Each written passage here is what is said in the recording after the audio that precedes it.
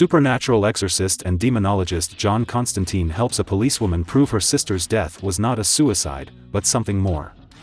Welcome back to Movies Explained. Today's film is an action thriller from 2005 titled Constantine. The movie begins somewhere in a South American desert. Two men are excavating ruins when one of them discovers an old spearhead wrapped in a Nazi flag. The man ignores his friend's call and begins to walk away before being struck by a car. The car is crushed, but a mark appears on his hand clutching the spear, and he walks away as if nothing happened. Meanwhile, in a Los Angeles apartment, a woman is making tea when she notices her daughter is possessed in her bedroom. Father Hennessy, a priest who had attempted to exorcise the young girl himself but had failed, summons a professional exorcist named John Constantine to the scene. He enters the girl's room where she is tied down to her bed. John begins his exorcism by putting a talisman on the girl's forehead and muttering an incantation, but after the girl stops struggling, he sees a silhouette of a demon trying to break out from inside her throat. He immediately asks for the girl's family to help him by holding a mirror above the girl. It confines the demon within the mirror, which he intends to throw out the window before the demon escapes. Despite their efforts, it is eventually thrown outside and lands on John's taxi. The girl is successfully exorcised, but John notices a drawing on the wall that resembles the Spear of Destiny, which was the spear that was found in the desert earlier.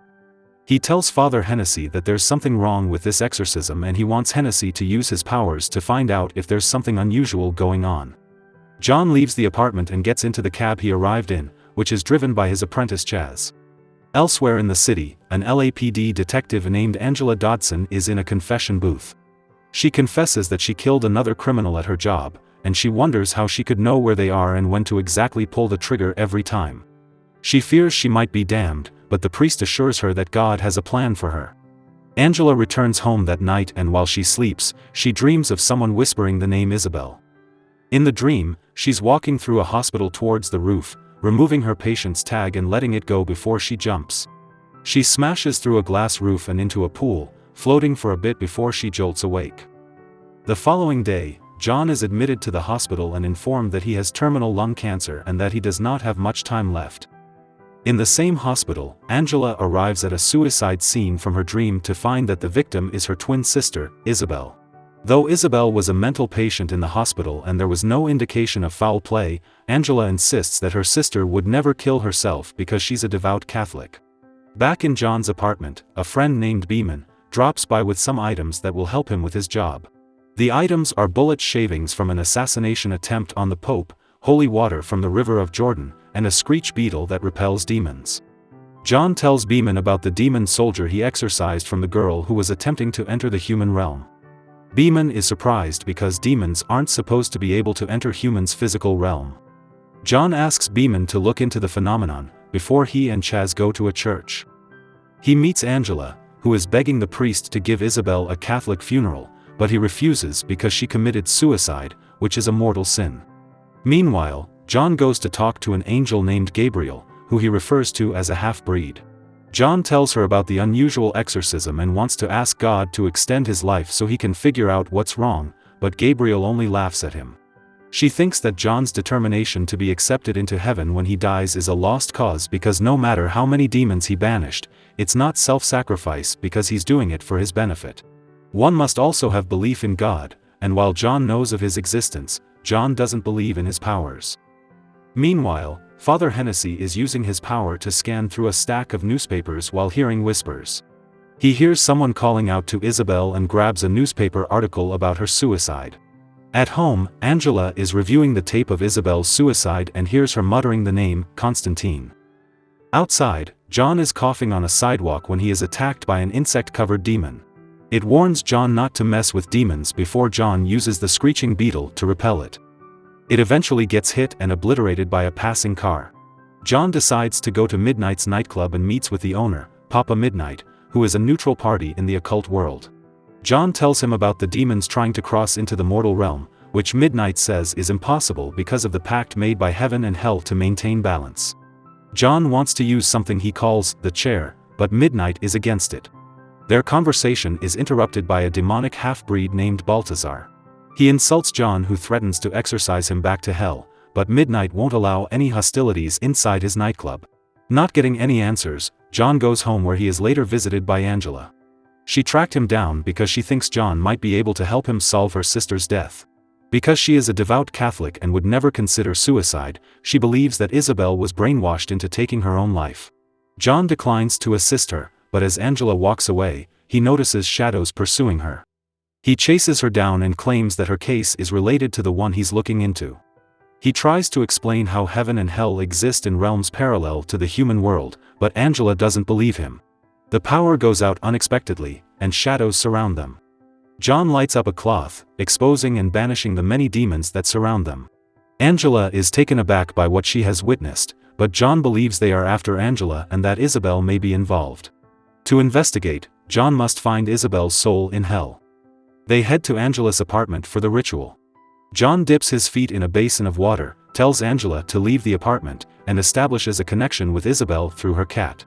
Time slows down to a stop and John is transported into hell. He prepares the holy water that he needs to escape before walking around to find Isabel.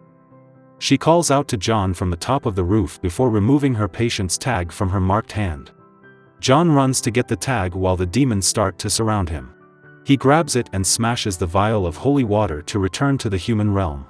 Angela rushes inside and John confirms that her sister really killed herself before presenting the tag that he took. Meanwhile, Hennessy goes to the morgue to check Isabel's corpse.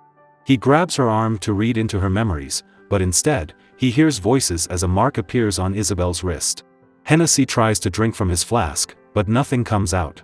He frantically rushes to a liquor store and tries to drink from a few bottles, but none of the alcohol comes out. Balthazar walks in not long before Hennessy falls to the floor. The priest takes a corkscrew and stabs his hand multiple times before choking on some liquid. It seems that the liquid not coming out is only an illusion made by Balthazar. Later, John explains to Angela that he could see demons and other beings as a kid and how he killed himself and was declared dead for 2 minutes before he was brought back. Since time moves slow in hell, John felt like he had been there for a lifetime. He explains that angels and demons can't come into the human realm, but their half-breeds like Gabriel and Balthazar can. They whisper to humans to influence them to do good and evil things. It's been John's job to banish misbehaving demon half-breeds in hopes of earning his way into heaven. Angela says that Isabel used to be able to see things too when they were kids, then she receives a call from her colleague. They head to the scene where Hennessy has died due to alcohol poisoning, and John sees the mark that Hennessy stabbed onto his hand. John takes a napkin to get an imprint of the mark that Hennessy saw on Isabel's wrist, then calls Beeman to get him to look into the mark. Afterwards, John and Angela head to the hospital where Isabel had jumped from. Angela continues her story about how Isabel used to tell their family about the things she was seeing and then suddenly stopped talking for a year. She's been in and out of the psych ward ever since. John believes that Isabel left something behind in her room that only Angela can find, so he forces her to figure it out. Angela eventually remembers how she and Isabel used to leave messages on the window and finds that Isabel has written Corinthians 17 on there. They head to Beeman's bowling alley while calling him to ask about the verse. Beeman explains that the verse most likely refers to how Satan's son, the demon named Mammon, is planning to cross over to the human realm by possessing a powerful psychic and using God's help. Unfortunately, demons start attacking Beeman as he tells John that he has faith in him, just before a fly crawls out of his eye. John and Angela hurry to Beeman's place but it's too late, he's already dead and covered in flies. Back in John's apartment, Angela admits that she used to be able to see the supernatural just like her sister. However, she never admitted it to anyone, and as she aged, she eventually stopped seeing things. She feels guilty for abandoning Isabel and wishes she could see what she saw again. John instructs her to submerge herself in the bathtub so she can visit hell. Nothing happens at first, but when she starts losing her breath, John forces her to stay under. Eventually, she's able to visit hell and returns shortly after.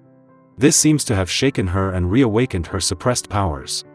Angela mutters how she has always known where to look for criminals before she frantically returns to Beeman's bowling alley. There she finds Balthazar's coin on the floor, prompting John to prepare to kill the half-breed demon. John blasts his way to Balthazar's office and begins to fight him. He gains the upper hand and threatens to banish Balthazar unless he admits how Mammon will cross into the human realm. Balthazar finally admits that Mammon plans to use Jesus's blood that's on the spear of destiny and that the powerful psychic to be possessed is Angela. John blasts Balthazar to ashes and leaves with Angela, but before Balthazar disintegrates, he begs to be revived by another demon in the room. However, the demon just watches him waste away. In the hallway, John and Angela discuss the spear before she suddenly gets pulled by an invisible force through the walls and out of the building, unable to be reached by John. He immediately comes to Midnight's office and demands to use the chair. Midnight refuses to take a side, but John asks for his help as his final dying request. They head to the basement where the chair that was used for electrocuting death row prisoners is located and prepares for the ritual. Midnight lights up a broken light bulb and stabs John with it. John sees the man who had found the Spear of Destiny and how he has come to Los Angeles to deliver it to a room full of half-breed demons. John gets strangled and tells Midnight to get him out of the vision. Suddenly, they are met by Chaz, who has snuck in and proceeds to help make special bullets for John as they discuss his plan on saving Angela. Chaz mentions that half-breed demons are washed by holy water, earning him some respect from John and Midnight. As John and Chaz drive to the hospital, Angela falls into the pool where Isabel died and sees the man carrying the spear. She tries to shoot him, but it has no effect as he pursues her. John and Chaz arrive at the hospital and split up. Chaz goes to the water reservoir to turn it into holy water while John breaks into a room full of half-breeds and threatens to banish them. The sprinklers turn on, spraying holy water on all of them before John shoots them one by one. After the demons are dead, he and Chaz head to the pool where Angela is being drowned by the man, transporting her to hell where she gets possessed by Mammon. When the duo arrives, the man is dead and Angela has been possessed. John tries to exorcise her, which only works for a moment before Mammon tries to get out of her stomach. Chaz joins John in the exorcism chant, finally stabilizing her condition. Unfortunately, Chaz gets thrown at the ceiling into the floor, killing him in front of John. In grief, John continues the exorcism before Gabriel drops in from the roof and stops him. It turns out that she has been working with Mammon all along. She wants humanity to suffer the rule of hell so that they would be worthy of God's love in the end.